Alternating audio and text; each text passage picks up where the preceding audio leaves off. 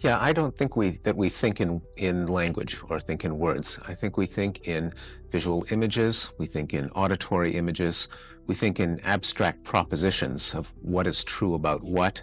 And I think that a language is a way of communicating thoughts, of getting them out of one head and into another by making noise. Hmm. I think that even if you look at language itself, you see that there's got to be something underlying the words themselves, because words can be ambiguous.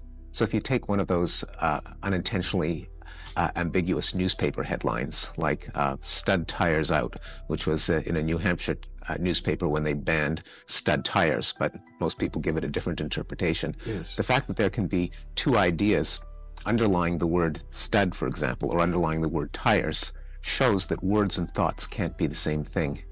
Well, isn't it considered pretty much of a truism for people that different cultures have more words for some things that are important to them? I mean, we talk about the Eskimos, for example, having many words for snow.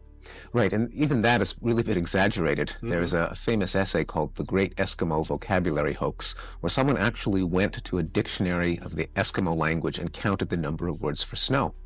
And the first dictionary they picked up had the following number of words for snow: not 400, not 200, not 100, 2. Now, that was a pretty stingy dictionary, and if you go to slightly bigger ones, you can come up with maybe a dozen, maybe 20. But if you think about it, English has a lot of words for snow too. We've got avalanche and blizzard and hardpack and powder and sleet and slush. And we're not really that far behind the Eskimos. This doesn't deny the point that if Hmm. you're an expert in something, you're going to have more jargon words for it. But I don't think it's that you have all these jargon words and you think more thoughts or Hmm. more finely Hmm.